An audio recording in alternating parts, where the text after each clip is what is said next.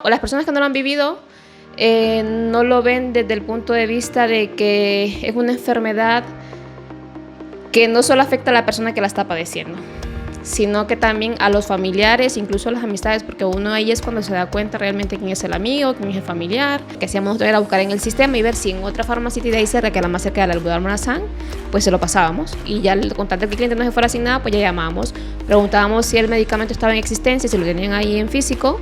Y si nos decían pues que sí, pues ya le decíamos al cliente que ya estaba apartado en tal farmacia. Había matado a la chica que la cuidaba. Lastimosamente con ese tipo de personas no me he topado, pero igual, siempre cuando yo cuidaba a estas personas, mi sueño nunca ha sido un sueño pesado. Soy muy de sueño ligero, que yo cualquier ruidito pues lo escuchaba. Y mi temor era más que todo que tal vez el abuelo se me fuera a caer de la ventana o la abuela, pero nunca de que la persona me fuera a agredir, más de algún golpe o de algún pellizco o de alguna mordedura, pues no pasaba. Pienso yo que solo se involucra a lo que son los colegios, y yo pienso que son fiestas patrias en general. Él como que la vio cojeando de una pierna, entonces como que él dijo. Entonces ella se empezó a llorar y empezó a decir que es que la habían inyectado, que había ido donde una persona de su barrio a que le inyectara. Pero yo estoy trabajando en algo, no solo en bastón, sino también en coreografías, en posturas, en algo que a ellas les sirva para el día de mañana si en dado caso ellas quisieran participar en otra cosa. No me quejo porque las maestras que siempre tuve eran disciplinadas, ponían una disciplina que el que no aprendía no daba con un libro en la cabeza. ¿En ese momento tú sentías que tu madre iba a morir?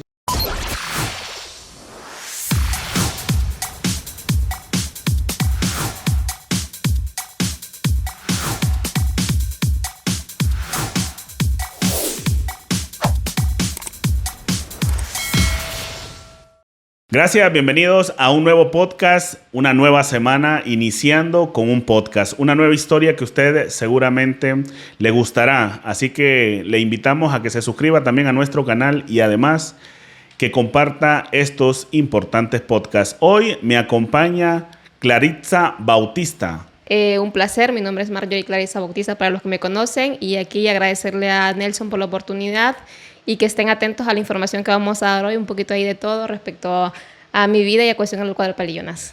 Iniciemos. ¿Quién es Claritza?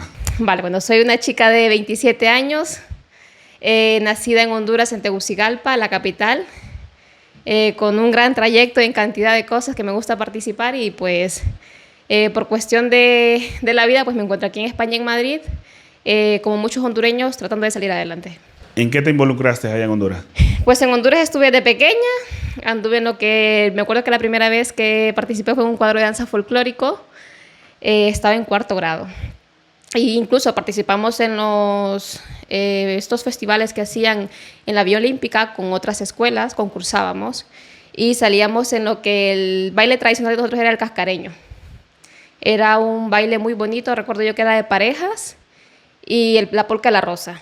Luego de ahí ya empecé con lo de las palillonas el siguiente año, ya estaba en 5º grado, y ahí sí que ya no era como capitana, era como una integrante más, pero desde ahí yo sabía que era una cosa que me iba a gustar. Ya luego en el colegio ya me involucré en lo que era de India Bonita, Señorita Independencia. Ya en 3º de ciclo empecé con lo de las palillonas ya como capitana, 3º de ciclo, 1º de bachillerato en Ciencias y Letras y 2º de bachillerato. Y en 2º igual quedé como señorita Gret del instituto que yo estaba. ¿Cómo recuerdas tu niñez? Pues algo bonito, yo creo que es la mejor etapa que uno puede tener.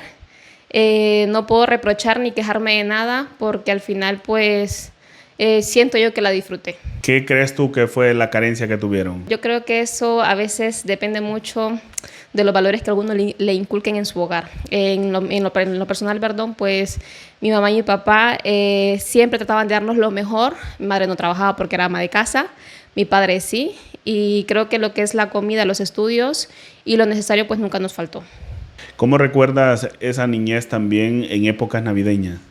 Pues creo que son las mejores, que ya ahora aquí en España pues a uno suele extrañarlas o le da más como sentimiento, nostalgia. Y para mí pues es algo especial en cuestión de que uno siempre esperaba que fueran las 5 de la tarde para estrenar la ropa que le habían comprado los papás a uno, la cena navideña, cuando eran las 12 dar el abrazo. Mi familia es pequeña, o sea, lo conformábamos mi mamá, mi papá, mi abuela por parte de mamá y mi hermana, que es la que me sigue, que tiene 23 años. En cuanto a educación, Yo siento que igual mis padres trataron de hacer lo mejor por mí y por mi hermana. Lastimosamente, pues ya la situación cuando yo tenía ya 21 años, pues cambió bastante, porque mi mamá pues tuvo un cáncer de útero y mi papá pues ya estaba aquí en España, o sea que ya ellos ya estaban separados, ya no estaban juntos y ahí sí, ya me tocó a mí pues ya afrontar la vida de adulto, ya no era como decir, sí, tengo que depender de mi papá o de mi mamá porque son mis papás, no, ya tenía que yo buscar una solución y tratar de ayudarlos a ellos por la situación en la que estaban pasando. Esa etapa de tu vida, ¿cómo la viviste al ver a tu madre en tan compleja situación de salud y saber que tu padre no estaba ahí? Pues, o sea, en lo personal me marcó bastante, pero yo siento que Dios a veces le da fuerzas a uno y más que todo yo, como era la mayor, tenía que dar el ejemplo a mi hermana, la que me seguía, y a la más pequeña, porque incluso mi mamá después pues, hizo su vida aparte y ya había una bebé, o sea que ya yo tenía que saber más o menos qué era lo que iba a hacer y servir de apoyo, ya no poder yo decir, sí, me voy a rendir o voy a tratar de darle más carga a mi familia o a mi papá que estaba acá, por ejemplo, porque ya no lo vi así, o sea, independientemente empecé a buscar trabajo, estudiaba, trabajaba y ya por último pues me tocó dejar los estudios. Lo más complicado en ese proceso, ¿qué crees que fue? Lo más complicado, pues uno llega a un momento cuando ya ve, porque tal vez uno, o las personas que no lo han vivido, no lo ven desde el punto de vista de que es una enfermedad que no solo afecta a la persona que la está padeciendo, sino que también a los familiares, incluso a las amistades, porque uno ahí es cuando se da cuenta realmente quién es el amigo, quién es el familiar, quién está con uno. Entonces yo pienso que cuando una persona está pasando por una enfermedad así, lo más frustrante que le puede marcar a uno es ver que no tiene apoyo tal vez de las personas que uno esperaba. Ver de que en el caso mío pues era mi mamá, creo que es todo para mí, igual que mi padre. Y verla que se me estaba yendo con la enfermedad, que lastimosamente los médicos, o sea, no descartaban que se recuperara porque era un carcinoma de 5 centímetros de cada parte del útero. Y al ver que ellos pues no daban una respuesta favorable, sí hubo un momento donde ya la única esperanza pues solo era Dios. Le pedimos a Dios, mi mamá siempre ha sido muy católica y creo que la fe de ella fue la que la sanó, porque era algo que no estaba prescrito para el médico de que tenía cura. ¿En ese momento tú sentías que tu madre iba a morir? Sí, yo la miraba súper mal. Creo que es una parte donde yo le doy gracias a Dios por todas las cosas que me ha dado, pero independientemente fue una parte que me marcó y que sí, la vi, llegó a pesar casi 90 libras, de ser una mujer que ella era con textura fornida, rellenita, y verla así pues sí que me marcó. Igual dejaba a mi hermanita la pequeña, la de que tenía meses, de ahí mi otra hermana, de ahí yo, pero yo ya estaba más grande. ¿Se lo detectan a tiempo o no? Sí, lo de ella fue años. Ella se lo detectaron creo que en el 2014, recuerdo yo. Lo que pasa que, claro, ella salió embarazada. Ya cuando salió embarazada, pues ya ella se descuidó. Entonces ya el cáncer es una enfermedad que en cuanto uno se descuida, empieza a expandirse por todos lados. Y lastimosamente pues fue el caso de mi mamá. Ya el médico pues empezó a probar con radiaciones, con quimios, y gracias a Dios pues salió adelante. Te lo pregunto porque si bien es cierto, hay personas que no tratan este tipo de enfermedades a tiempo y eso sabemos que es fundamental también para una recuperación. Eso sí, porque ella es verdad que le hicieron le hicieron econizaciones que trataban un tratamiento de congelar lo que son las células cancerígenas para que no sigan expandiendo y sigan avanzando en lo que es la zona donde esté afectando el cáncer. Y es cierto que a ella se lo trataron y buscaron a los doctores, no puedo quejar porque fue un médico, un oncólogo, hasta la fecha la sigue viendo. Amaba su carrera, digo yo, porque es un médico que siempre siguió al pie de la letra con ella, a pesar de que el cáncer era muy, muy agresivo, buscó siempre los mejores tratamientos para ella. ¿Cómo lidiabas con el sufrimiento de tu madre en ese momento? Pues en ese momento yo pienso, porque mi mamá no es que éramos muy así, muy apegadas, muy cariñosas, yo era más con mi papá. Pero después de esa enfermedad yo me di cuenta que siento que sí nos unió más en ese sentido, porque ella trataba de no llorar, yo solo la miraba que a veces no podía estar en el colchón de la cama porque la misma calor del colchón, pues a ella le molestaba por las radiaciones. Se tiraba al suelo, incluso se iba al patio donde estaba la perra, porque decía ella que no aguantaba la misma calor de nosotras. Entonces eran cosas que por más que yo miraba que ella no lloraba, que a veces sí lloraba por el dolor de las caderas, que decía que le dolía mucho, que sentía que se le rompían, pero trataba siempre ella de no demostrarlo, al menos enfrente de nosotras. Aparte que este tratamiento también es un tratamiento muy drástico. Sí, yo digo que dependiendo de la persona, porque en el caso de mi mamá, a ella no le pudo afectar a nivel lo que es el cabello, no lo perdió. Igual su dentadura tampoco. Ella lo que le afectó más fue en cuestión de la piel y secuelas secundarias que siempre quedan. Por ejemplo, el caso de ella, como era en el útero, el médico le fue claro y le dijo, cuestión del colon, en cuestión de los ovarios que se le iban a resecar, que ella iba a ocupar ella hormonas, que ya nada iba a ser igual. Para la edad que tenía ella, pues era muy joven. Y ella, pues bueno, tenía la fe en Dios y sabía que independientemente de lo que el doctor le dijera, lo que ella quería estar era más que todo con vida para vernos a mí, más que todo, y a mis dos hermanas. Cuando tú ves que sale de ese proceso de salud, ¿cómo fue para ti la reacción? Bueno, yo le agradecí a Dios porque yo digo que a veces, por muy difícil que la situación que uno esté atravesando, ya sea por enfermedad económica o cualquier circunstancia, ahí yo comprendí que la fe mueve montañas. Mi mamá tuvo una fe muy grande que hasta la fecha de hoy yo lo sostengo y fue lo que la sanó a ella. ¿Cómo vivías el tema de las fiestas patrias en ese entonces cuando tú estudiabas en Honduras? Pues cuando yo estaba en el colegio era emocionante porque a veces uno se empezaba desde lo que era mayo, junio, julio, empezábamos a lo que era a prepararnos para las fiestas y ya cada grupo sabía, o sea, el cuadro de palillonas, la banda, las pomponeras, que era lo que la gente más esperaba. Nos poníamos, bueno, al menos yo me ponía nerviosa, me ponía entusiasmada, eran tantas cosas que sentía que ya empezábamos a ver lo que era en cuestión de los trajes, las coreografías que montábamos, las canciones que iba a llevar la banda, y ya solo esperábamos la fecha. Y cuando esperábamos la fecha recuerdo yo que hasta las botas salían de lado porque caminábamos tanto en Tegucigalpa desde el Boulevard Suyapa hasta el estadio que íbamos quemadas. Ya después al día siguiente, por lo general ya no queríamos saber nada.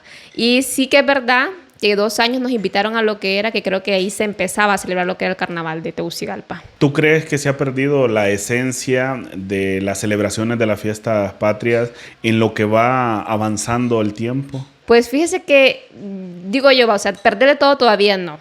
Pero sí que es cierto que tal vez pienso yo que solo se involucra a lo que son los colegios. Y yo pienso que son fiestas patrias en general.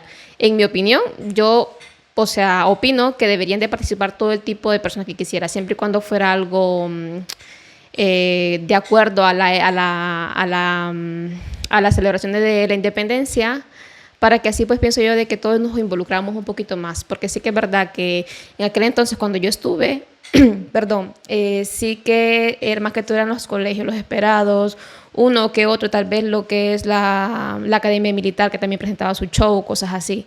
Pero que tal vez, en mi opinión, y si serviría algo, pues sería involucrar más a personas de otras edades que también puedan festejar, que al final es un festejo de todo el país. Ahora, en cuestión de la música, vemos también que las diferentes bandas de guerra ahora han adoptado muchísimas canciones que quizá no tienen nada que ver con la independencia. ¿Cómo lo ves tú en lo personal?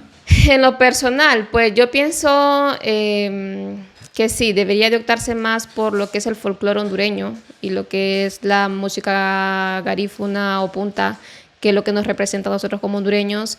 Y, o sea, no descartar, porque yo sé que son canciones o música que tal vez están de moda y que tal vez a la gente le gusta, pero priorizar más lo que es lo nuestro, o sea, lo que es la esencia de Honduras. ¿En qué momento te vienes para España? En España me vine yo en el 2018, en abril. Me acuerdo que estaba en primavera y hacía un frío tremendo.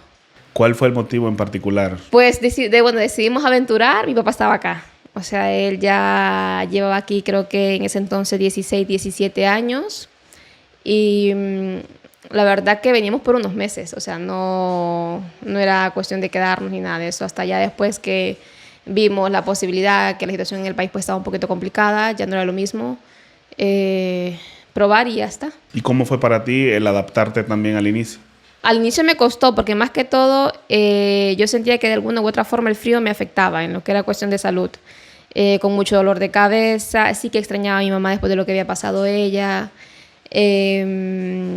Claro, los horarios, que ya el horario donde uno está acostumbrado allá y venir acá me afectó bastante, me costó porque de por sí soy dormilona. Yo me acuerdo que luchaba para levantarme a las 8 de la mañana porque mi papá me levantaba y me decía, niña, que levántese, que quise a buscar la vida, buscar trabajo, buscar cosas para hacer cursos, cosas así. Y me costó más o menos 3-4 meses. Ya después de ahí ya le fui agarrando el hilo, ya en eso vino el verano, pues ya fue un poquito más pasajero. ¿Y en cuestión de trabajo? En cuestión de trabajo, pues sí, como toda persona creo que al inicio es difícil, cuesta porque si uno tiene amistades y aquí es mucho de boca a boca, pues se complica un poco, pero gracias a Dios, Dios ha puesto trabajo donde yo siento que en lo personal me ha traído lo que es mucho beneficio y mucha experiencia. Lo más complicado al inicio, aparte de lo que me has comentado. Pues yo trato siempre de las cosas malas sacar algo positivo. Y yo siempre he dicho que Dios no pone batallas difíciles por ponerlas. O sea, yo siempre trato, en el caso de mi mamá, pues a lo mejor ella tenía que pasar ese proceso para nosotros darnos cuenta como hijas de que las personas no van a ser eternas y que hay que valorarlas cuando se tienen. Ahora yo estoy aquí, si me lo pregunta, yo estoy con ganas de ir a verla porque me hace falta, la extraño, igual que a ella y a mis hermanas, igual que mi abuela, que es como mi segunda madre para mí. Y respecto a los trabajos, al emigrar a otro país y empezar de cero, pues igual. Yo siento que a veces estamos en nuestra tierra y tenemos tal vez lo necesario para estar bien, pero por ambiciosos queremos más y venimos a pasar lo que venimos a pasar aquí. Que tal vez no tengamos la necesidad, por decirlo así, de emigrar a estos países. Y uno pienso yo que empieza a valorar más que todo la vida, el trabajo, la familia, muchas cosas. En tu caso, pues ya tenías también a tu padre, que fue quien te recibe, pero hay otras personas que no tienen a nadie y tienen aún más dificultades para adaptarse al inicio. Eso es verdad. Yo a los 6 años que llevo acá ya en abril que los hago, me he encontrado con gente y sí que es cierto que gente que no tiene a nadie, que se la ha visto, o sea, de todos colores, por decirlo así, que tal vez les ha tocado dormir en la calle, no tienen a nadie, o tal vez la persona que las tenía en la habitación de un día para otro porque no tiene para pagar el siguiente mes las ha echado. O sea, son situaciones que gracias a Dios en mi persona, pues no las he pasado. ¿De pequeña con qué soñabas, Claritza? De pequeña mi mayor ilusión pues era llegar a una edad, verme graduada de la carrera que yo quería, que me gustaba, y verme ya a los 20, 22 años, me acuerdo que contaba los años, yo decía, en tal año, 2020, voy a tener 25, 24 años. Más no sabía lo que me esperaba con el paso del tiempo, ¿va? Pero bueno, todo es un proceso y en la vida pues creo que de eso se trata. ¿Te graduaste al final? Me gradué de bachiller en Ciencias y Letras. De mi carrera en la universidad no, solo estudié 2 años, que fue medicina. Ahora, al estar en España, ¿cuáles son tus aspiraciones? Pues ahora, ya viéndolo un poquito más claro, tenía la opción de seguir con la carrera, pero lastimosamente pues aquí es a tiempo completo. Se me dificulta mucho, pero aquí hay que trabajar y poder pagar la carrera, porque la carrera no es nada fácil. Siempre seguir en el área de medicina, porque sí que en Honduras trabajé 2 años en farmacia y fue algo que también me gustó mucho. O sea, aprendí bastante respecto a los medicamentos, enfermedades generales, y pienso seguir eso aquí y si es posible pues sacar lo que es una licenciatura en marketing aparte, porque no pienso quedarme solo con un posgrado, quiero seguir avanzando. Yo pienso que entre más sepa uno pues mejor, y más aquí en España. ¿Lo has investigado? ¿Qué oportunidades tienes en ese En las ámbito? dos, sí, porque la verdad que me costó bastante y sí que lo que es marketing, pues ahora tiene mucha demanda. O sea, creo que es una carrera que abre bastante trabajo, y lo que es farmacia, pues igual. Son 2 cosas. Más que todo yo lo hago porque siempre uno nunca sabe. O sea, uno puede decir ahora sí, todo va bien, pero qué tal que el día de mañana en esa carrera que yo decida o opte en farmacia no me parezca o no me resulte, pues ya tengo un plan B, que es marketing. Son 2 cosas que siento que se me van bien, y aparte de eso, pues siempre estoy ahí peleando por aprender idiomas, que es otra cosa que me gusta. ¿Hay carreras que tú creas que van muriendo en el tiempo actual que estamos hoy? Sí, hay muchas que en aquel entonces, porque a ver, yo tengo 27 y recuerdo cuando yo estaba en el colegio, ahora lo que veo yo que, por ejemplo, el auxiliar de enfermería era una carrera que antes se pagaba súper bien y había bastante campo. Y ahora no, ahora le exigen a uno, que no está mal que le exijan a uno una licenciatura, pero siento yo como que menosprecian ese oficio, porque es un oficio, al igual que las secretarias, que en Honduras por lo general habían cantidad de, recuerdo yo, de colegios secretariados, que ya ahora pues ya no los están.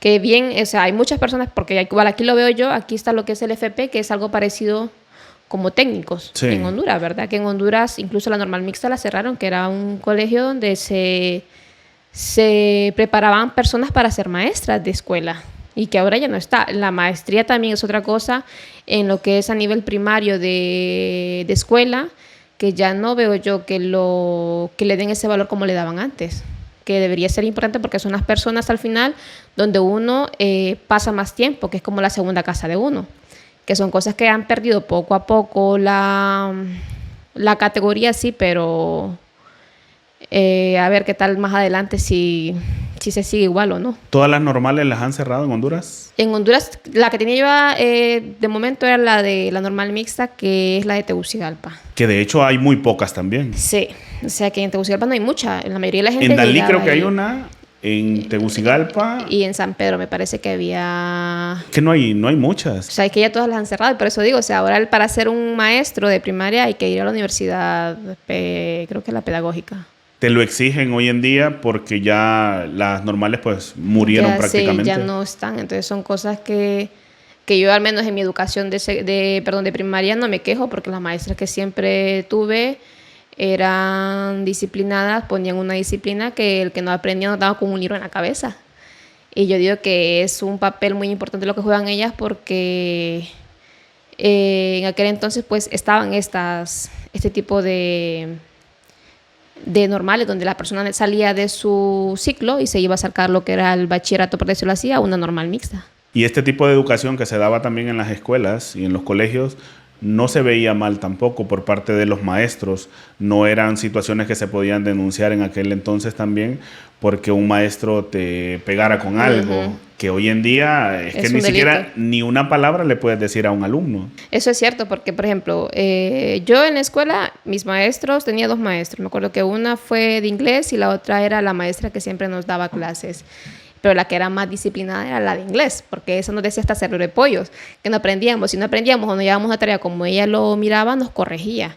En el caso, mi mamá me preguntaba a veces, pero ella no lo miraba mal. Incluso ella le decía a la profesora, es la segunda casa donde ellas van.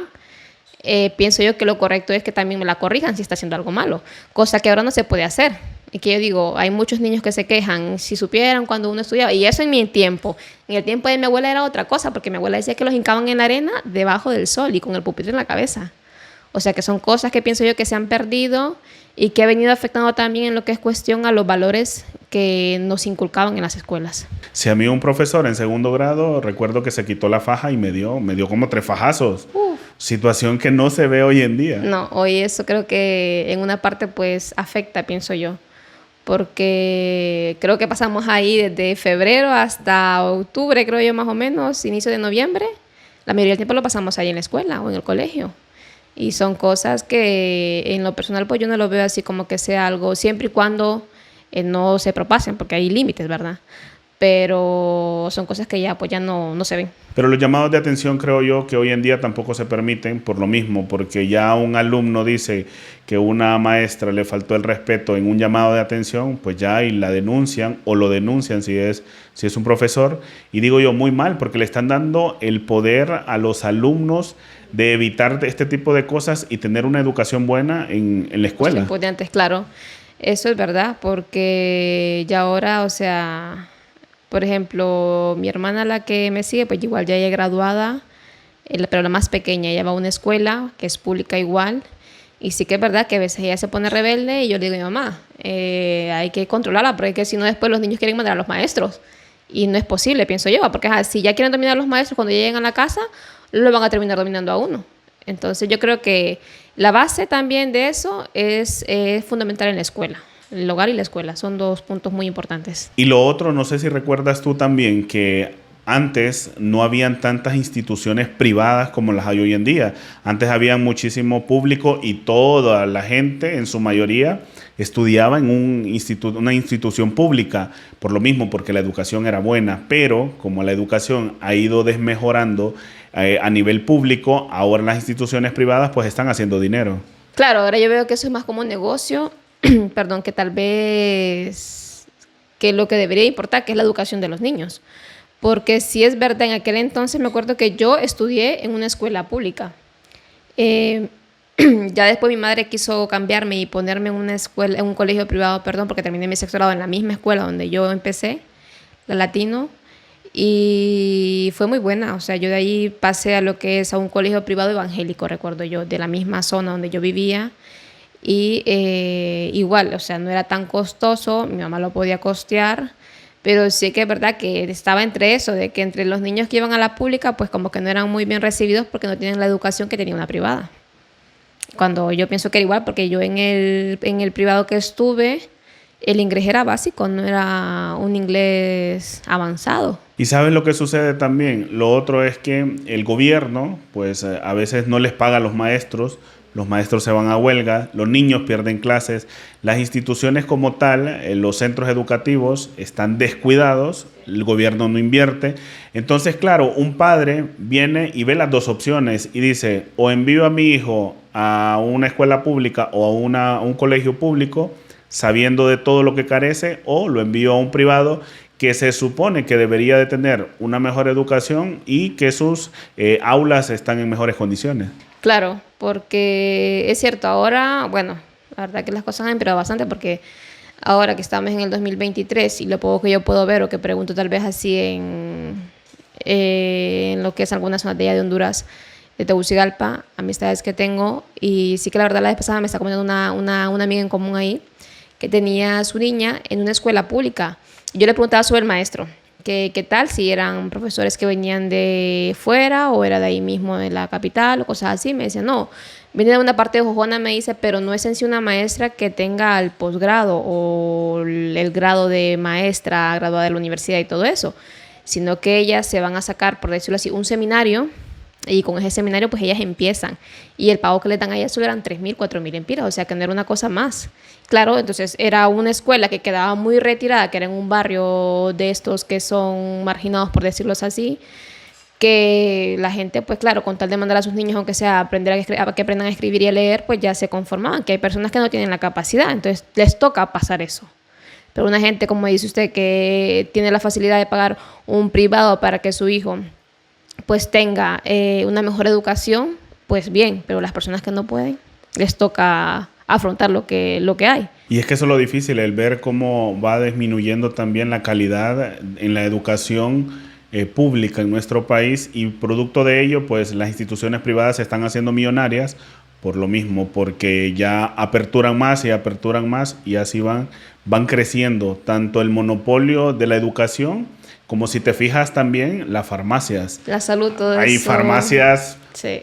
en cada esquina prácticamente, en los diferentes barrios y colonias de nuestro país, y es por lo mismo, por la deficiencia que tienen las instituciones públicas. Con las privadas, no, y es verdad, porque yo que estuve 2 años en la farmacia, yo trabajaba por una farmacia privada, Pharmacity, o sea, era una farmacia que estaba entre los 10, en el ranking de las 10 farmacias más populares, por decirlo así. Y recuerdo yo que para entrar ahí hice un examen.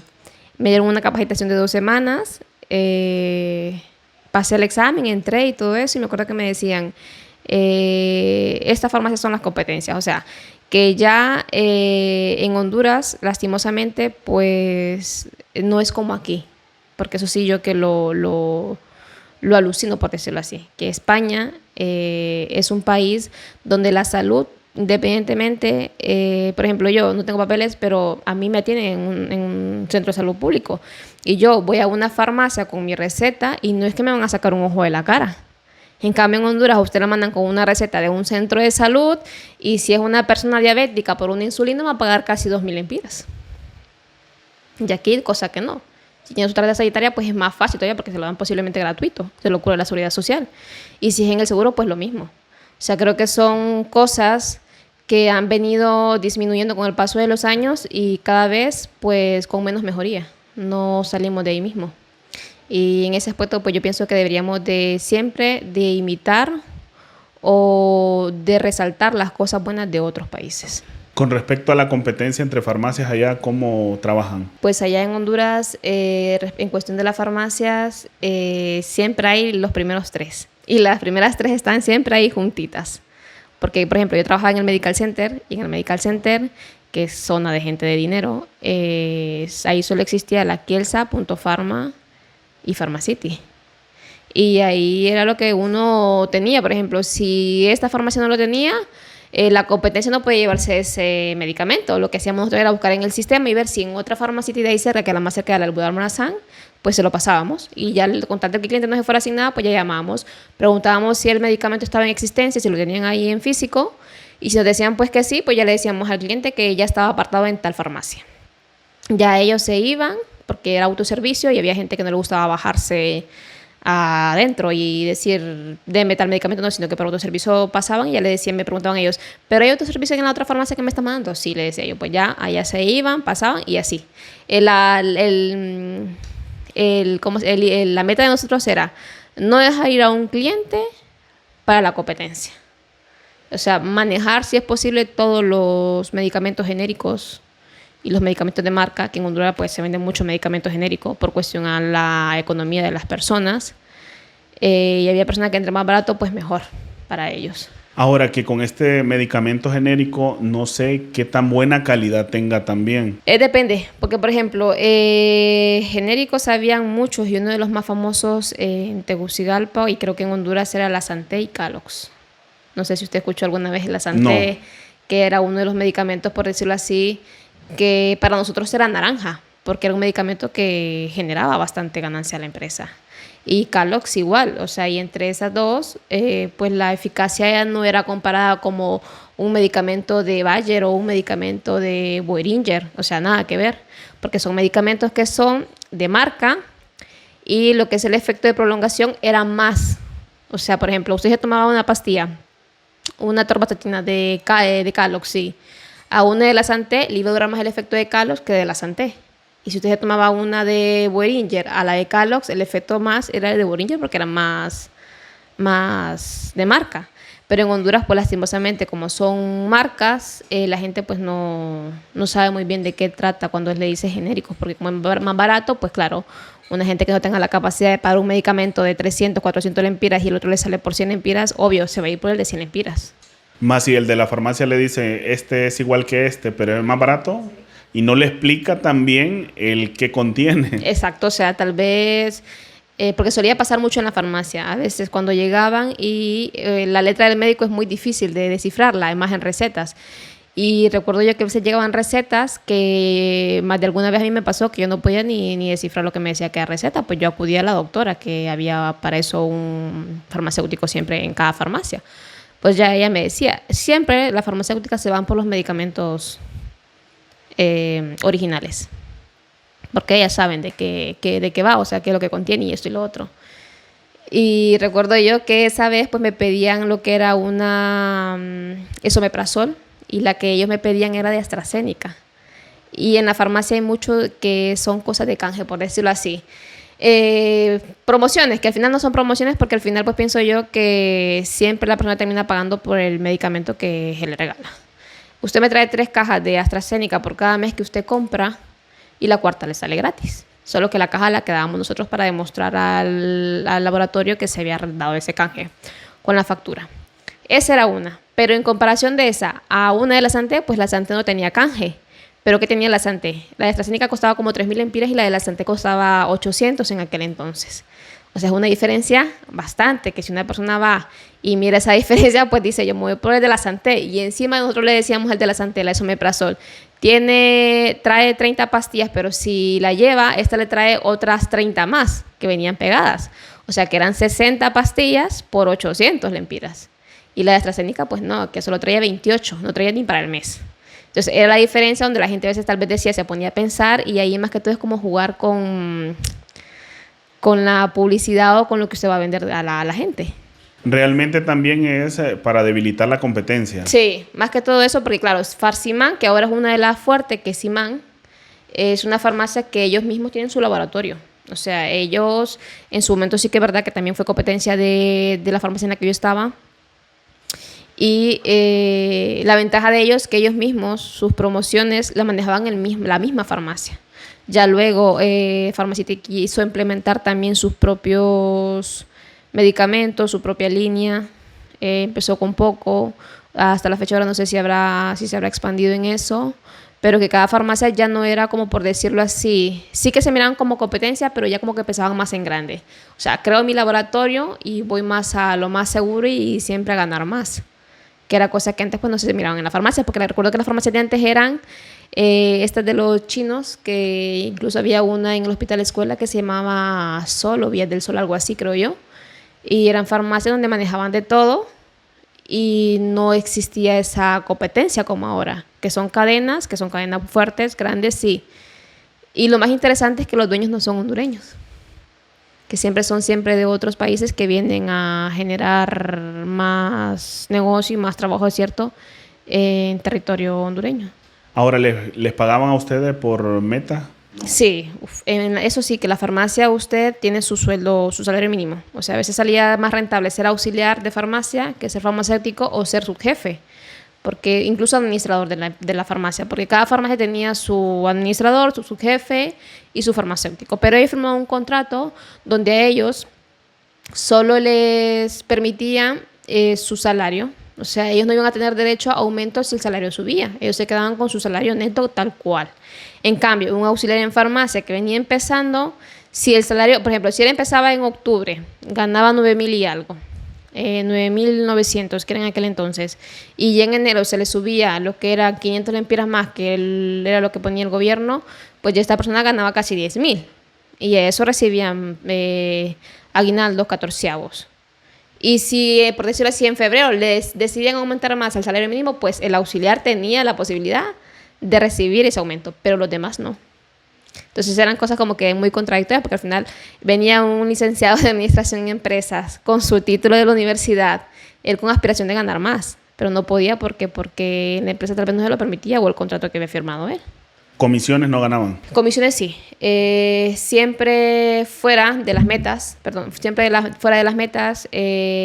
por todos los laboratorios que tuvieran. Habían cantidad de laboratorios que decían guarden caja, guarden los tickets de los precios, las facturas o duplicados, y a veces por cada duplicado, dependiendo del medicamento, daban de 5 a 10 lempiras. Y la única empresa que daba bastante era Calox, que ellos daban casi como 100 o 150 por una cajita de que era este medicamento losartán potásico, que traía 2 cajitas, una promoción aparte, y si usted daba canje de ese medicamento, pues era más la comisión. O sea que si usted ponía pila, llegaba a su meta con la farmacia, que ahí era una comisión aparte, un bono que daban ellos, y vendía por aparte otros laboratorios, sí que se miraba, o sea, lo que son las comisiones. ¿La comisión de estos laboratorios las hacían directo al empleado? Sí, llegaba cada visitador médico a la farmacia y ya cada quien sabía, o sea, con su factura, con sus cajitas, las que habían guardado, los precios, y ya cada una ya tenía lo que había vendido y ya sabía que era un extra para fin de mes o entre quincena. ¿En el tiempo que trabajaste en esta farmacia llegó algún caso complejo? Sí, o sea, bueno, habían varios porque estaba el hospital, el Medical, que era muy cerca de ahí, y me acuerdo que llegó una vez una señora ya de cierta edad, como de entre 55 y 60 años. Era un domingo, porque los domingos por lo general eran más muertos que otra cosa, porque el movimiento era más de lunes a viernes, y el sábado de vez en cuando más que todo en la mañana, pero ese domingo, o sea, una soledad completa. Llegaba la señora por la mañana, como eso a las 9 de la mañana, recuerdo yo que me tocaba el turno por la mañana, y ella llegaba preocupada y me decía, ay hija, mira, me dice que ando buscando este medicamento. Pero ella lo que quería era que le pusiéramos una inyección. Y claro, no estaba la farmacéutica, porque los domingos no habían farmacéuticos en la farmacia. Entonces yo le decía que no podíamos hacer nada porque ninguno de los que estábamos ahí pues podíamos inyectar, y aunque pudiéramos pues no nos íbamos a arriesgar. Y había un chico que sí lo podía hacer, un compañero, pero él como que la vio cojeando de una pierna. Entonces como que él dijo, no, dijo. Entonces ella se empezó a llorar y empezó a decir que es que la habían inyectado, que había ido donde una persona de su barrio a que le inyectaran. Y pues lastimosamente la persona que le inyectó pues creo que no sabía y le agarró la nalga, el contramuslo, una bacteria. La señora pues no sabía. Y ella andaba buscando quién le inyectara porque no aguantaba el dolor. Porque en el hospital pues no, como que no le hacían caso. Y la pobre señora pues se fue, me acuerdo que se fue llorando, no pudimos hacer nada más que darle un antiinflamatorio y un analgésico para que ella pudiera más o menos pasar lo que era el malestar que sentía ella. Pero como el caso de ella, habían muchas personas que llegaban de afuera, de Tegucigalpa, con familiares internos en el medical y llegaban con recetas y eran cantidad de medicamentos.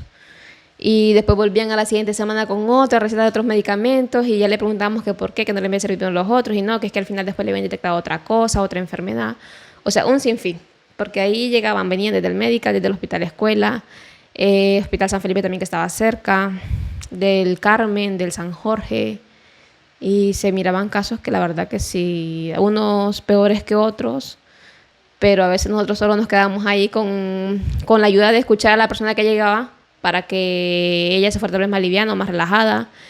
Y de ahí ella seguía con la realidad que tenía, más que todo con su familia. Otra situación que suele pasar mucho también en Honduras es que el mismo médico trabaja con alguna farmacia determinada. Suele pasar, pero más que todo con los laboratorios, porque sí que miraba yo a veces que habían doctores que tenían sus recetas y en las recetas pues ponían la marca Adiuvo, la marca Calox, o sea, ya tenían sus propios receteros de sus propios laboratorios. O sea, que nosotros ya sabíamos y tal vez le queríamos cambiar el medicamento a la persona, pero no se podía porque decía que el médico le había enviado ese medicamento, pues bueno, pues nada, ya le damos el medicamento que la persona quería. O sea, que tampoco le íbamos a obligar a darle un medicamento que ella no quisiera o que la persona quisiera. Pero es también porque el médico pues tiene una ganancia tras la venta de esos medicamentos y quizá también el paciente no se da cuenta de esto. El paciente cree que más bien el médico lo está haciendo también por cuidar de su salud. Claro, son cosas que tal vez a veces uno, cuando no está metido en este ámbito, no se da cuenta. Porque yo hasta que empecé a trabajar ya me empecé a dar cuenta de un montón de cosas. Aprendí mucho, sí, porque aprendí mucho. Pero también uno aprende también cómo es el sistema de la farmacia y de la salud en Honduras, que ya no es profesional, sino que ya todo va como por negocio o por quien saque más de la ganancia de lo que va a hacer. Porque me acuerdo que mi mamá me decía, pero es que el doctor me recetó esto. No, pero es que el doctor está recetando esto porque él recibe comisiones. Digo yo, así como yo recibía comisiones de la farmacia, de algunos laboratorios. Entonces, hace caso lo que yo te digo, cómprate esta crema, que esta crema te va a ayudar para esto, lo otro. Y ya ella decía, sí, pero es que no, haceme caso. Pues ya cuando ella miraba, compraba las dos cremas, ya ella miraba la mejoría de una u otra, pues ella miraba que era verdad lo que le decía yo. Pero que es verdad que, o sea, los médicos también reciben porque los visitadores médicos, ese es su trabajo de ellos allá en Honduras. O sea, ir, promocionar su medicamento, dar muestras y aparte de eso, pues, dar una comisión si el médico vende tanta cantidad de medicamento. Y ahora que ves esa diferencia de cómo funcionan las farmacias allá en Honduras y cómo funcionan aquí en España, ¿cómo lo has analizado tú? Pues yo siempre, desde el punto de vista, desde que entré, yo en Honduras, siempre soy una persona que siempre me gusta aprender. O sea, no me quedo con lo que sé. Y analizando la situación de aquí en comparación allá, pues yo pienso que aquí tengo la base, sí, pero en su momento yo tuve la oportunidad, porque trabajé con unas personas, con una abuela que cuidé, que sus hijos eran farmacéuticos. Eso fue en el 2019. Y recuerdo yo que la abuela me quería tanto que me había recomendado con sus hijos. Y pues su hijo, que era farmacéutico con su mujer, pues me preguntaron qué era lo que había estudiado yo y que cuánto tiempo ya había estado trabajando. Pues ya me empezaron a hacer preguntas ellos. Pues ya les empecé a comentar yo esto y lo otro. Pues en su momento vinieron ellos y me dijeron, ¿y no te gustaría seguir estudiando la carrera de farmacia? Me dicen, o un FP, me dijo ella, porque más que todo yo hablaba con la señora. Y pues yo le decía que sí, porque me gustaba mucho. Que si no podía sacar lo que era medicina, pues me enfocaría en esa carrera. Y ya con el paso del tiempo, pues ellas me averiguaron para poder sacarlo. En aquel entonces, recuerdo yo que no era tan fácil poder sacar un FP como ahora. Ellos, tanto era el aprecio que me tenían porque yo les había cuidado también a la abuela, que para poder entrar aquí a una farmacia uno tiene que hacer el curso de farmacia y tener lo que es el título. Y ellos no me lo pedían. O sea, ellos se basaban a la experiencia que tenía yo. Cosa que es muy raro, porque aquí las leyes se respetan y todas esas cosas. Y recuerdo que ellos necesitaban una chica para una farmacia en la Puerta de Alcalá.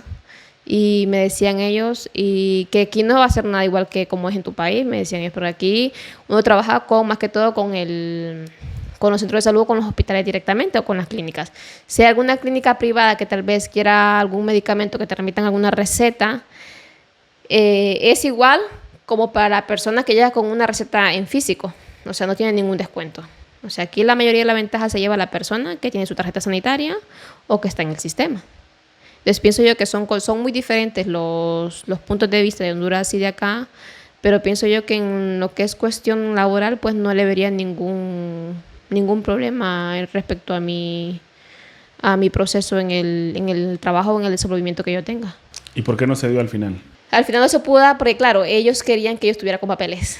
Y yo estaba recién llegada, tenía creo que ni el año, había ajustado. Y me hicieron esperar, me hicieron esperar hasta los siguientes 3-4 meses, me volvieron a preguntar. Y yo emocionada, me acuerdo que le había dicho a mi papá, pero no pude. Porque ellos me decían que si papeles me podían aceptar sin el título de auxiliar. Que lo podía sacar incluso estando trabajando ahí. Pero que sin papeles ya ellos no se podían arriesgar. Y que igual, aunque ellos quisieran la voluntad de hacerme papeles, no podían, porque Honduras tiene ese problema que hay que cumplir los 3 años sí o sí para poder tramitar uno lo que son papeles. Entonces ya no podía, o sea, aunque yo quisiera, no se me dio. ¿Y a futuro crees tú que lo vas a desempeñar? Sí, yo digo que sí, uno en la vida hay que tener seguridad, tener visión, tener metas, y entre más claros tenga uno lo que quiere, pues yo creo que es seguro. En cuestión de trabajo, ¿a qué te has enfrentado? En cuestión de trabajo, yo digo, no sé, o sea, porque siempre me he tocado con personas con Alzheimer y son personas con caracteres muy fuertes. Y yo era una persona muy, bueno, es decir, caracteres muy débiles, porque la persona que tiene carácter fuerte es la persona que se sabe controlar. Y yo soy de las personas que yo era pasividad totalmente. O sea, a mí me podían estar diciendo cosas y yo como que no, me quedaba callada, no decía nada. Ya hasta que llegó un límite que una persona pues ya dice, ya no más, porque ya estuve 4 años con personas así y ya mi temperamento pues ya no era el mismo. Entonces, de una forma pues yo siento que Dios me estaba forjando en ese aspecto, en mi carácter, y ya empecé yo a decir yo de que ya esto no era para mí, porque es cierto que en Honduras uno no suele ver este tipo de enfermedades, lo que es el Alzheimer, la demencia, el Parkinson, no son enfermedades que uno los va a ver, que uno va a convivir con personas con este padecimiento. Y aquí cuando vine, al inicio sí que me parecía extraño porque cada persona, o sea, no presenta los mismos síntomas. O sea, la evolución de la enfermedad en personas diferentes la procesa de manera distinta. Y me acuerdo que la primera que cuidé yo, ella se llamaba Inocenta. Pero de Inocenta no tenía absolutamente nada porque era tremenda. Y me acuerdo que no podía ni verme. Iba 4 horas por la mañana a cuidarla a ella. Más que todo para estar en compañía, porque era una señora ya de 92 años, pero se conservaba tan bien esa abuela, que recuerdo yo que ella no le gustaba que agarrara una escoba, pero ni que le cocinara, porque en sí tenía que cocinarle a ella. Y no, ella, siéntate aquí, hija, conmigo. Eso era al inicio, pero ya después de los 5 o 10 minutos ya me estaba insultando, me estaba maldiciendo, me echaba de la casa y me decía que vete, que no sé quién eres, que no sé por qué mi hija te ha dejado entrar. Eso era ella. Ya luego trabajé con otra señora también con Alzheimer y era lo contrario, o sea, era súper pasiva. Sí que se le iba a veces la cabeza, por decirlo así, el conocimiento, al rato reaccionaba, se dormía, pero o sería también porque la enfermedad ya la tenía muy avanzada ella, que no era como la otra abuela anterior. Y ya luego trabajé con una pareja. Él tenía Parkinson, demencia, y ella tenía Alzheimer. Ya un Alzheimer súper avanzado porque tenía 95 años y él tenía 92. Fue el último trabajo que yo agarré con abuelitos. Recuerdo yo que el señor era muy amable, muy, muy simpático. Se llamaba Casimiro y la abuela se llamaba Tomasa. Y recuerdo yo que él Hija, siempre me decía hija él. Él siempre decía que me miraba como un niño en brazos. Y a veces me asustaba porque son cosas de ellos. Pues ellos en lo que van transcurso del tiempo pues van viendo cosas. Y la abuela pues era la del carácter. Ella era súper fuerte, súper pesada. Recuerdo que cuando yo le ponía el puré, me decía que eso era comida de niño, que no era comida de un adulto. Ella quería su filete, pero ya no tenía dentadura, o sea que no podía darle un filete para que él lo pudiera morder. Y aunque así fuera, yo trataba de darle el trocito, pero no podía, era imposible. Entonces le digo, ve, tómase, que tiene que tomarse usted el purecito. El puré también lleva el filete, y luego lo que va ahí triturado. Pero ella decía que no. Lastimosamente él se murió antes que ella, en enero, y ella se murió a los 6 meses, en junio. ¿Corres algún peligro al cuidar a este tipo de personas? Pues cuando son personas mayores, pues yo pienso que no. Tal vez, bueno, la primera sí que era agresiva, pero siempre con los cuidados, yo pienso que no, uno siempre tiene que ser precavido en ese tipo de cosas. Porque sí que he escuchado por las noticias que pasó un caso, no sé si fue en Barcelona, de una abuela que, según en las noticias, le había matado a la chica que la cuidaba. Lastimosamente con ese tipo de personas no me he topado, pero igual, siempre cuando yo cuidaba a estas personas, mi sueño nunca ha sido un sueño pesado. Soy muy de sueño ligero, que yo cualquier ruidito pues lo escuchaba. Y mi temor era más que todo que tal vez el abuelo se me fuera a caer de la ventana o la abuela, pero nunca de que la persona me fuera a agredir, más de algún golpe o de algún pellizco, de alguna mordedura, pues no pasaba. Pero ya llegar a decir que va a agarrar un cuchillo con lo primero que se encuentre, pues no. De momento pues no me pasó esa experiencia, pero que no está de más, como digo yo, ser precavido en ese caso. Cuando dices que tu temperamento estaba cambiando a raíz del comportamiento de estas personas que tú cuidabas, ¿a qué te refieres? O sea, yo siempre he sido una persona que no podía decir que no. Yo todo decía que sí. Aunque no me gustara, yo decía sí. Tal vez por quedar bien con la otra persona.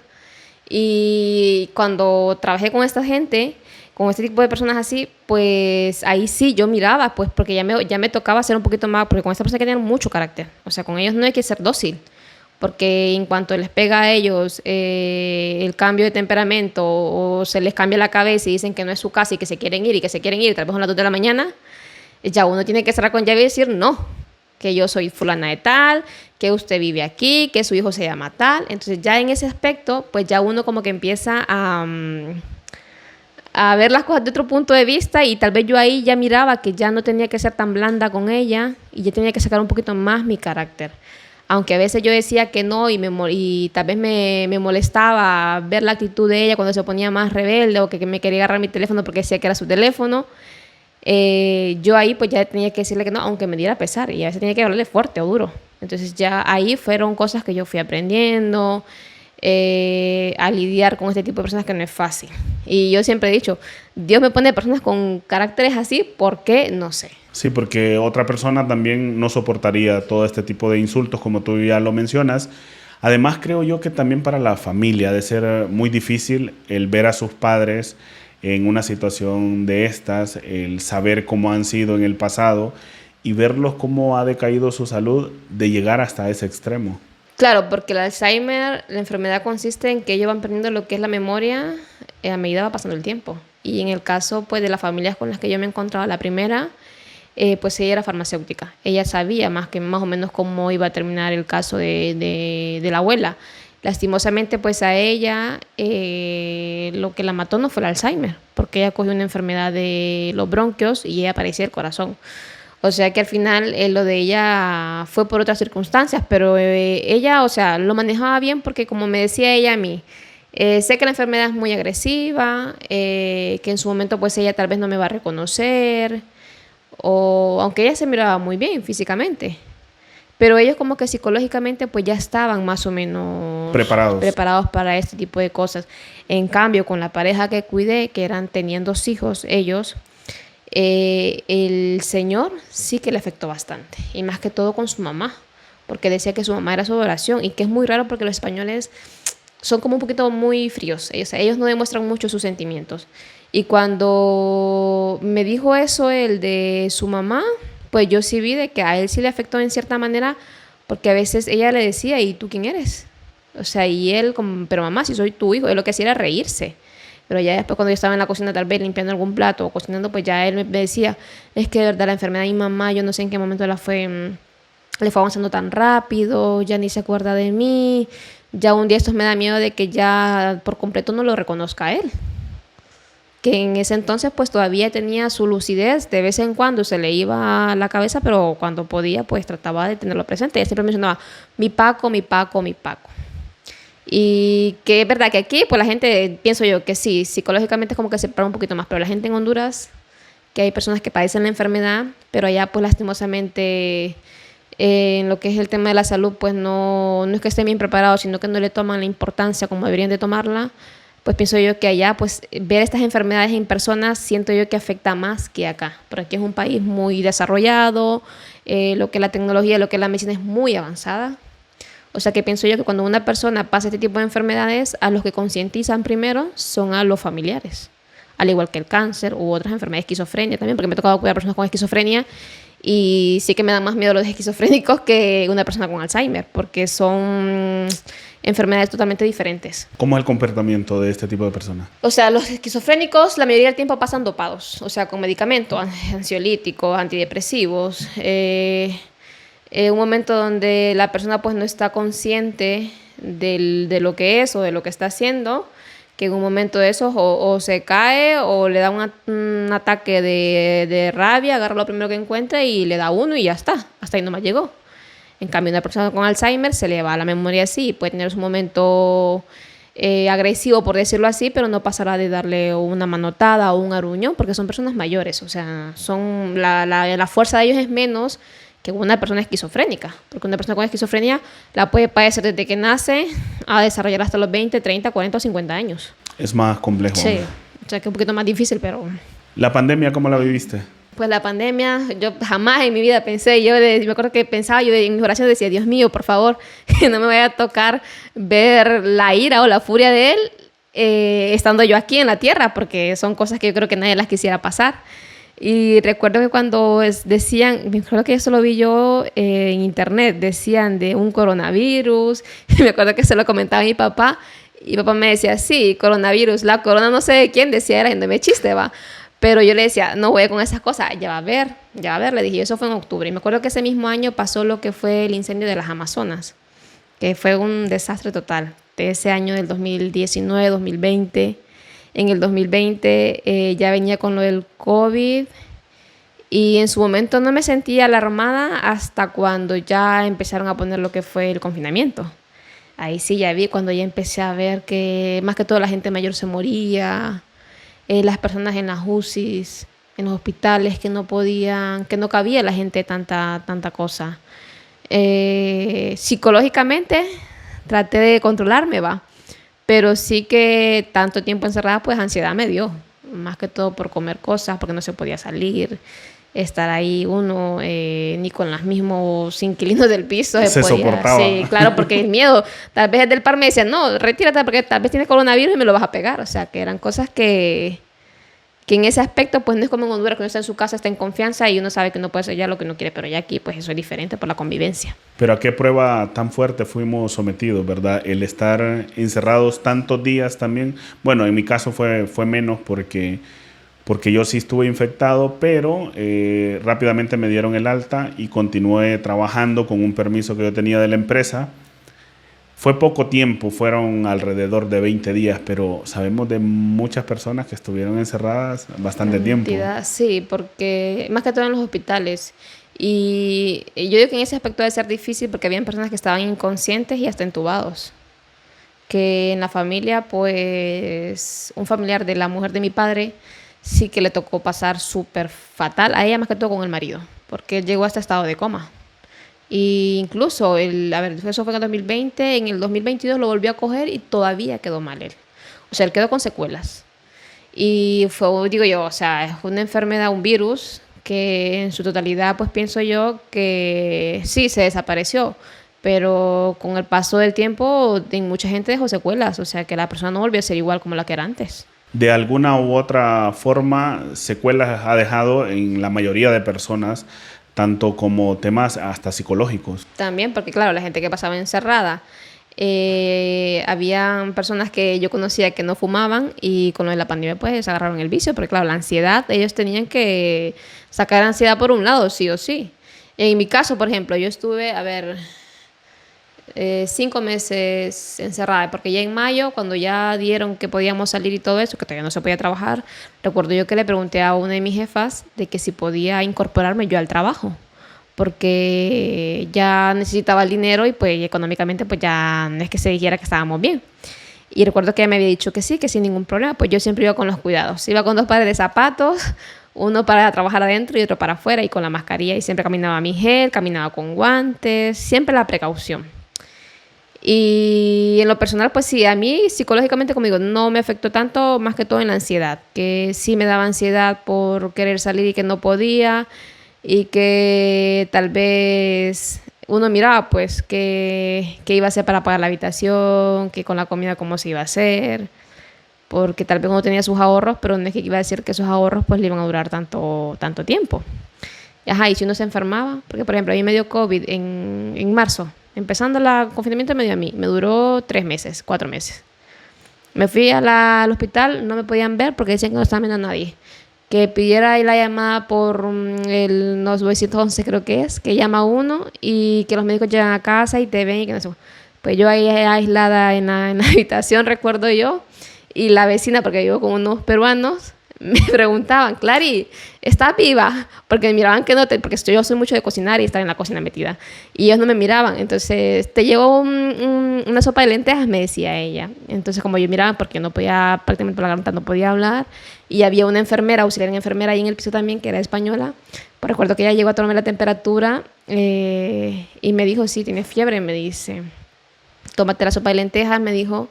Y ya luego pues miramos a ver si pedimos lo que es el médico que viene a casa, me dice ella. Pues nada, llamando al dichoso número y nunca llegó. Pues bueno, ahí a puro té y a pura pastilla pasé. O sea, al final pues como la cosa estaba muy fuerte, estaba saturado todo, no se podía, por decir así, que uno tuviera un médico disponible solo para una persona, ¿no? ¿Y te salía mejor también recuperarte en casa que ir a un centro médico e infectarte aún más? Claro, porque en ese entonces pues había cantidad de COVID. O sea, salía uno una semana y la siguiente semana ya había otra variante. Sí. O sea, iba evolucionando en cuestión de segundos. Ya luego apareció la vacuna y la vacuna pues fue otro rollo también, otra cosa donde costó para que le dieran la cita a uno, para que pues, se pudiera vacunar, las secuelas que daba la vacuna después, o sea, todo fue... ¿Cuántas dosis te pusiste? Yo solo me puse 2. Yo en mi persona no me iba a poner ninguna. Que creo que eran 4 al final. Yo solo 4. 3. 3. La última yo no me la puse. Ya la cuarta ya no. Yo me puse 2, pero porque mis planes eran viajar a Honduras. Y yo dije, por si me lo piden, en su momento pues tendré que ponérmelas. Pero en lo personal yo no me hubiese puesto ninguna. Ahora, Claritza, bueno, luego de todo esto que me has comentado del proceso que viviste también en pandemia, sí, preguntarte cómo te involucras en la banda de marcha aquí en Madrid. Vale, en lo de la marcha me involucré por Rubí, porque recuerdo que con ella habíamos participado en lo que era Mi Belleza Latina y yo siempre me encantaba andar metida en cantidad de cosas. Y recuerdo que le he dicho a ella, si te das cuenta de algo, siempre del modelaje, me avisas, le dije yo, porque quiero seguir siempre en ese ámbito. Pues vino ella y me dice, vale, me dice, yo te averiguo, more, me dijo. Entonces, pues bueno, pasó un tiempo, me acuerdo que eso fue en el 2021, a finales de 2021. Ya el 2022 me dice de otro certamen de belleza, que lo estaban haciendo unos ecuatorianos, pero que todavía no era seguro. Pues nada, sigo esperando el tiempo ahí, seguía trabajando y todo eso. Ya luego en septiembre me hace el comentario ella de que posiblemente... Pero me lo dijo de una manera que yo no entendía. Me dice, more, me dice, fíjate que posiblemente, me dice, hagan lo que es un baile aquí en Madrid, me dice ella, va. Y le, pero ¿cómo así? Le dije yo, sí, eso de lo que te gusta a vos, me dice, las palillonas, me dijo ella. Así le dije yo, pero ¿y cuándo? Ya no sé, me dice, yo te voy a avisar, me dijo, porque está muy pronto, creo que ahorita lo estaban gestionando. Entonces, a este caso, pues yo no sabía nada. Me quedé con la intriga, dije yo, ojalá sea cierto que para septiembre, pues ya... Pero según yo pensé que iba a ser del año pasado que empezaba. Se puede hacer lo que es ese proyecto, dije yo en mi mente, va. Pues ya después al mes, eso fue en septiembre, a mediados de septiembre, pues ya me dice Rubí, me dice, more, que mira, me dice que al final por lo que te conté, sí va, me dijo. O sea, va a banda, me dijo, va a haber palillonas, pomponeras, me dijo, y no sé qué otra cosa más, creo que eran los banderistas. Si te interesa, me dice, me decís, me dice, y así te venís conmigo para reunirnos, porque se habían reunido en lo que era el planetario, aquí en de Madrid Río creo que es. Y le digo yo, bueno, vale, le dije yo, ¿qué día va a ser? Entonces ya me dijo, ya te confirmo. Pues pasaron otros 5 o 6 días y ya le pregunté a ella. Y me dice que sí, me dice, mira, comunícate con el Greñas, me dice ella. Entonces yo le digo, pero, o sea, con Joel, porque Joel ya anteriormente nos había hecho una entrevista a todas las candidatas que habían participado en el Mi Belleza Latina. Entonces sí me dice, porque vos querés participar en la de Paliana, ¿verdad? Sí, le digo yo, pero es que no sé si me irán a aceptar una, porque no sé si piden requisitos, cuánta edad hay que tener, le dije yo, para poder participar en este tipo de cosas. Y la experiencia sí cuenta, le dije yo a ella. Entonces me dice, sí, me dice, pero espérame, déjame te averiguar eso. Pues ya ella directamente hizo el conecte con Joel, yo no le pregunté nada. Entonces ya ella vino y me dijo, sí, me dice que si tenés fotos y que cuántos años estuviste en las Palillonas. Pues ya le comenté yo que había estado 3 años de capitana y 1 año en la escuela.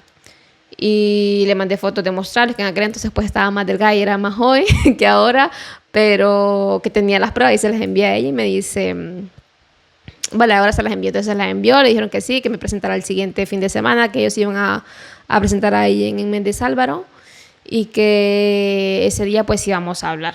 Pues a mi sorpresa pues yo no sabía que iba a ser la capitana de las Palillonas, porque yo miré aquel montón de niños, yo digo, así como me han de ver bastantes, más en Madrid, porque en Madrid hay bastante hondureños. Pues llegando ese día, pues ya saludé a Joel, saludé a los demás que conocía y ya empezó el hablar respecto a todo lo del proyecto.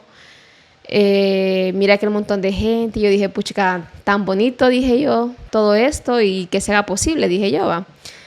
Lo que yo no sabía era que nos íbamos a preparar, pero para este año, lo que es ahora en septiembre, el 16.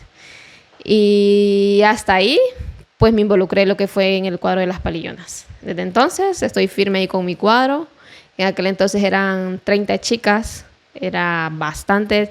Tenía chicas desde edades pequeñas que no podían dominar un bastón hasta, creo que la mayor tenía como 33 años.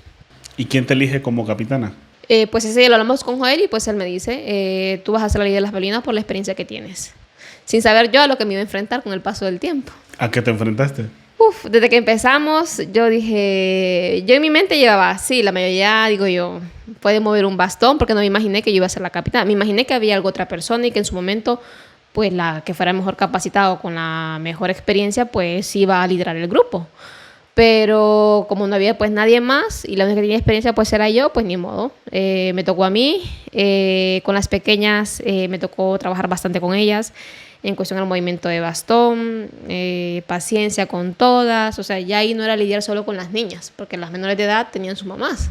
Entonces yo con quien me entendía era con las madres, y las madres pues son madres, independientemente ellas de lo que fueran, ellas siempre iban a ver a sus niñas como un tesoro. Aunque yo me tocara corregirlas, aunque me tocara decirles que ese paso no iba, y yo siempre tratando la mejor manera para enseñarle yo a ellas, o sea, hasta el momento creo que a nadie le he faltado el respeto, incluso las mayores también soy muy cuidadosa en esas cosas, y que es cierto que a veces me molestan y eso, pero al rato se me pasa, porque yo siempre he dicho que el éxito de las cosas es la disciplina, sobre todo la disciplina, y más si es algo que nos gusta a nosotros, porque pienso que la mayoría de las que estamos ahí, una estamos ahí porque nos gusta y otra para despejarnos de la rutina que se lleva uno aquí en Madrid. ¿En qué consiste ser la capitana de estas Palillonas? Pues yo pensaba que solo era de venir, agarrar el bastoncito y enseñarles. No, me enfrenté con un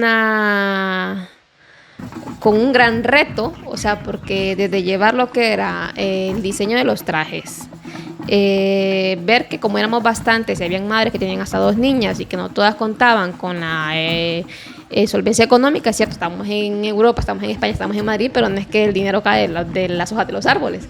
O sea, habían madres que tenían muchos gastos por fuera y querían que sus niñas salieran, pero tal vez no podían cubrir eso. Entonces yo ahí fue cuando ya empecé a optar por hacer actividades, venta de comida, que siempre he dicho que es una cosa que da bastante ganancia. Y como éramos bastantes, pues entre todas nos apoyábamos. Y al final lo que recaudábamos lo utilizamos para lo que eran los trajes de las chicas. Después de ahí a lidiar con que habían chicas que no estaban comprometidas con el proyecto, que unas se me salían, que de tener 30 llegué a tener 10. Y esto ya para mí ya era un bajón y ya mira tan poquitas chicas y de ahí se fueron sumando. De ahí 15, ahora tengo 21 chicas. Y digo yo, bueno, mi meta ahora va a ser mantener el grupo. O sea, aunque habían muchas que me salían con sus problemas personales que tenían ellas, dar consejos, estar ahí para escucharlas a ellas, trabajar con ellas de la mano, porque tal vez a algunas se les dificultaba algún paso, alguna coreografía, que alguna me decía que hoy no podía porque tenía trabajo o porque se sentía enferma o porque su hijo estaba mal, como la solvencia económica. O sea, eran cosas que tal vez yo me enfocaba no solo en la coreografía, sino que me enfocaba más que todo en todo respecto a ellas. Trataba de ayudarla a todas, o sea, tal vez no al 100%, pero sí que buscaba soluciones para darle tanto a ellas y ver de que el grupo se me manteniera siempre ahí constante, las mismas chicas que estaban. Algún domingo no me iban 3, otros no me iban 4. Entender y tener paciencia, porque claro, o sea, se no iban 3 un domingo, al siguiente domingo yo tenía que retroceder por esas 3 que no habían ido, volver a repetir la misma coreografía, y las que ya iban, pues como que se molestaban porque ellas sí estaban ahí. Pero tampoco podía ser yo egoísta y decir, no les voy a enseñar porque no quisieron venir por X ya era motivo, porque no, hubiese sido anti-empático de mi parte. O sea, yo siempre trataba de ponerme siempre en el lugar de ellas y de las que estaban. Ya a este tiempo, pues sí me ha tocado ponerme un poquito más seria, más estricta, porque al final, pues, lo que vamos a ir a representar el 16 de septiembre somos nosotros a Honduras, o sea, toda la banda en general. Yo hablo de mi grupo porque son 21 chicas que están a mi cargo, y yo quiero que ese día, pues, se vean hermosas, que se vean bellas, que muestren la belleza de Honduras, la cultura de Honduras, lo que tiene Honduras. Entonces, en ese aspecto, sí soy un poco exigente, sí soy un poco estricta, y se lo digo yo a ellas. O sea, no lo vean mal del punto de vista de que yo las regaño porque a mí se me da la gana regañarlas, no. Las regaño porque para que el día de mañana eso salga perfectamente bien, que yo sé que perfecto del todo no va a salir, porque más de alguna pues nos podemos equivocar, somos seres humanos, pero tratar de hacerlo lo mejor posible. En ese momento que me hablas del pasado, cuando te involucrabas en los problemas personales de estas personas, ¿no sentías tú que te desgastabas teniendo en cuenta que tienes el cargo de velar porque todo salga bien con respecto a las palionas, pero además llevas una carga que no te pertenece también? Claro, ese es un punto de vista que una persona en su momento me lo dijo, pero yo soy de las personas que pienso que si uno se involucra a este tipo de cosas, o sea, que no solo es para despejarse, no. Si uno puede ayudar con la persona, independientemente con la que sea que esté, y esa persona necesita hablar, a mí no me quita nada escucharla. A mí no me quita nada en darle un consejo, en decirle, mire, pues pasa esto, pues haga esto y esto y esto, si le parece bien, si usted cree que es lo mejor para usted. En mi opinión, que si la persona, incluso habían muchas personas del cuadro de las palionas que económicamente no estaban bien o que estaban pasando alguna situación difícil. Somos un grupo muy unido, eso sí tengo que recalcarlo. Yo ya venía y hablaba con las chicas. Pues miren, hagamos tal cosa o tal actividad para ayudar a esta persona, o con el granito de arena de cada una que quiera hacer solidaridad con ella, pues lo podemos hacer perfectamente bien. Trataba de alguna forma involucrarme, más que todo porque siento yo que ese placer que da cuando uno ayuda a los que necesitan, no lo da cualquier cosa. Entonces, en su momento sí que lo hablábamos con los líderes y con Joel, y él fue claro en el momento de cuando empezó el proyecto, que el proyecto en sí era para eso. O sea, aparte de para mostrar lo que tiene Honduras, la belleza, lo cultural, lo bonito, también era para ayudar a cantidad de personas que están en depresión, que están con ansiedad, que tienen problemas económicos, que tal vez los problemas económicos no se los vamos a resolver del todo, pero aunque sea para un día, si no tiene algo de comer, pues buscamos la manera de cómo aquella persona pues coma ese día. Son cosas que uno va aprendiendo, y que si usted me pregunta ahora que si me ha beneficiado en algo a mí estar en esto, sí. ¿En qué? En cuestión de lo personal, porque creo que aquí es cuando uno tiene que poner a prueba todos los valores que a uno le enseñan en su casa. Y más cuando estamos fuera de Honduras. Pienso yo que a veces uno reniega por todo, y más no sabe que uno a veces es bendecido por Dios, porque está bien, tiene salud, tengo mis 2 brazos, tengo mis 2 piernas, tengo un techo donde dormir, tengo comida, o sea, estoy perfectamente bien, mi familia en Honduras está bien, y tal vez hay otra persona que lo está pasando peor que uno, y uno se está quejando. Entonces, en ese aspecto, pues yo siento que yo soy suelo observar mucho, y de todo lo que observo analizo, y siempre saco cosas buenas y cosas malas. que no voy a mentir de que todo ha sido bonito o que ha sido color de rosas, porque no, porque en su momento pues he tenido algún disgusto con alguna de las chicas o con alguna de las mamás, pero siempre soy de las personas que trato de, si yo sé que vamos a estar viéndonos todos los días, de llevar las cosas lo más tranquilo posible, o sea, lo más profesional.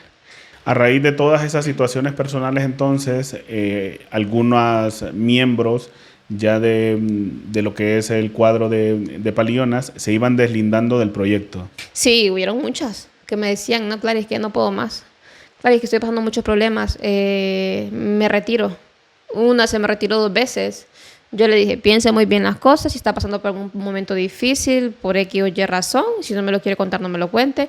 Tómese su tiempo, tómese estas 2 semanas y cuando ya las 2 semanas hayan pasado, usted me llama o yo le llamo, lo hablamos y ya usted me dice si realmente se quiere salir, pero es que por cosas, porque a veces uno toma decisiones a la ligera y tal vez no piensa si más adelante pues el problema ya pudo haber pasado, se pudo haber solucionado. Y por aquella decisión que tomó, pues perdió la oportunidad de estar en el grupo. Entonces yo soy así. Si tienen algún problema, yo hablo con ellas. Si no me lo quieren contar, pues no hay ningún problema, pero les doy su espacio, les doy su tiempo para que ellas lo piensen y ya luego les vuelvo a llamar o si ellas me escriben o me hablan, pues ya lo solucionamos y ya le digo yo, pues incorpórese tal fin de semana a aprenderse las coreografías y eso y a empezar de cero y con todo. ¿El grupo que conforma actualmente podríamos decir que está sólido o aún le falta? Está sólido, se podría decir, porque tenemos cosas que no es nada, o sea, ¿cómo decirlo? No se aparece en nada lo que se ve en Honduras. En Honduras sí que es verdad que las palillonas de allá es más movimiento de bastón, son más coquetas, pero yo estoy trabajando en algo, no solo en bastón, sino también en coreografías, en posturas, en algo que a ellas les sirva para el día de mañana si en dado caso ellas quisieran participar en otra cosa. O sea, al final pienso yo que no se llevan solo el aprendizaje de estar ahí como palillonas, porque es verdad, en Honduras uno lo hace en el colegio. Aquí pues no es un colegio, uno no lo ve todos los días a la chica, sino que lo ve solo los fines de semana.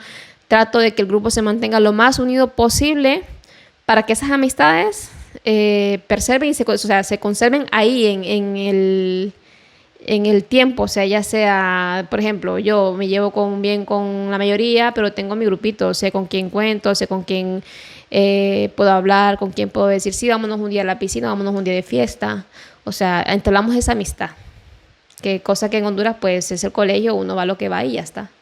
¿Qué tienen preparado para este septiembre? Septiembre vienen muchas cosas sorpresas, porque no voy a decir para que la gente tenga ahí esa duda. En el cuadro de las palillonas son 21 chicas, todas están guapas. Hay belleza, hay inteligencia, hay capacidad, van a haber diferentes bailes, coreografías diferentes, o sea, tratando de hacer siempre lo posible, lo parecido a Honduras, pero ahí con su toque diferente a lo que estamos acostumbrados a ver allá. ¿Estarán presentes en las 3 ciudades? Sí, vamos a Valencia, Barcelona y lo que es Madrid, que se cierran aquí las fiestas patrias. Ese es el cierre prácticamente entonces. Sí, el cierre de las fiestas patrias sería el 16 de septiembre aquí en Madrid. Y ya pues estamos invitados a otros desfiles para el mes de octubre. Contamos a ver si pues nos invitan a lo que es al 6 de enero, que es el Día de los Reyes Magos, que creo que es la invitación que más esperamos por cuestión de aquí de los desfiles de Madrid. Y el de la Hispanidad igual creo que también está. O sea, hay varias invitaciones. ¿Qué esperan para ese día? Pues para el 16 de septiembre esperamos que toda la comunidad hondureña nos apoye en cuestión de que no se pierdan ese día, que vayan a disfrutar, porque para hacer un evento que se va a ver por primera vez en España, aquí en Madrid, pues pienso yo que todo hondureño, se va a sentir identificado en su momento, tal vez con el himno nacional, con las canciones del folclore, con las puntas. Sentir ese poquito de tierra catracha, aunque estemos lejos, pero vivirlo como todo hondureño con fervor. Comentar también que han hecho una gran inversión en todo lo que ustedes van a llevar para esa fecha también. Sí, o sea, hay mucho gasto desde que se empezó el proyecto. La verdad que cuando yo empecé no sabía realmente de lo que me metía, porque uno piensa de que es solo, por decirlo así, ir a participar, que ya todo está hecho, no. O sea, se podría decir que somos la primera generación y que esta primera generación la hemos trabajado bastante. Que incluso yo no sabía nada de contabilidad, de números, me ha tocado aprender en esto. O sea, son cosas que uno se lleva y que al final pues uno lo puede aportar a la vida más adelante. ¿Hay espacio para más participantes en cuanto al tema de Palillona? Las palillonas sí, incluso tenía como 3 chicas que me habían escrito, pero siempre y cuando tengan la experiencia para el 16, pues creo que sí, todavía hay espacio. La chica que nos está haciendo los trajes, pues ella es muy profesional y muy rápida. Incluso lo comenté yo a ella, me decía que sin ningún problema, si yo le mandaba algo a otra chica después, pues ella lo podía hacer su traje. Igual, si después del 16 quieren incorporarse para las siguientes presentaciones, pues perfectamente bien lo pueden hacer. ¿Este traje se lo queda a la persona o se lo queda a la banda? Este traje, como ha sido mitad de actividades y mitad que lo han costeado las chicas, pues lo tomamos a decisión con todos los líderes de la banda, incluso con Joel, de que el traje es de cada quien, pero si cada una el día de mañana quiere donarlo porque a lo mejor ya no le queda o para que lo va a tener guardado ahí en un armario que no le va a dar uso, le puede servir a otra chica que tal vez no tenga la capacidad económicamente o se le ahorra ese dinero. ¿Cuánto tiempo puede o suele ser la durabilidad de un traje de esto? Pues eso hablábamos con Isabel, que es la chica que nos hace los trajes, y ella siempre trata de que en cuestión a la tela sea de la mejor calidad, o sea, depende mucho de la tela. Y ella me decía de que ella siempre trabaja con telas que son duraderas, o sea, yo pienso que aquí en lo personal, como no se suele ver plaga de insectos como en Honduras, que hay mucha cucaracha o mucho ratón que suelen picar los vestidos y todo eso, pues yo pienso que aquí tendrá una durabilidad, depende del uso que le dé cada uno y cómo lo lave también. Calculo que 1 año, año y medio, porque en sí es cierto que el traje llevará detalles y todo eso, pero con el cuidado calculo que más o menos eso. Igual, tenemos el otro traje que ustedes han visto, que es el blanco dorado, que ese lo hicimos en la primera presentación de febrero y usaríamos los 2 alternos y posiblemente estoy pensando en mandar a hacer un tercer traje más para que las chicas pues así tengan la variedad de escoger este para tal fecha, este para este y este para otro. Ya para ir cerrando este podcast, Clarissa, también preguntarte hacia dónde te ves a futuro. Calculo que 1 año más, por cuestión de que también tengo mis metas, también tengo mis responsabilidades, tengo otros planes en avance, que primero Dios pues todo salga bien, poco a poco pues ya los irán viendo. ¿Qué sigue para tu vida?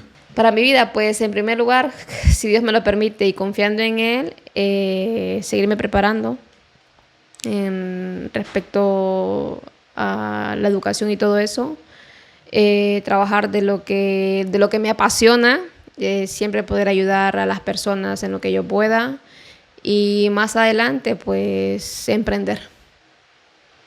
A ver si Dios me lo permite, hay planes a futuro y de momento pues me lo estoy planteando. ¿Tienes alguna rama en específico que te gustaría emprender? Sí, de momento pues ahora como le comentaba, estaba viendo lo de farmacia y lo del marketing, que creo que son 2 cosas fundamentales que se me dan bien y posiblemente pues sea por ahí, si en dado caso pues la comida. La comida también siempre ha sido algo que me gusta y que me apasiona. Algo bonito, diferente, no acostumbrado a lo que la gente suele ver aquí. Y si se da la posibilidad, pues más adelante ya se irán dando cuenta de qué se trata. ¿Continuarás participando en certámenes de belleza?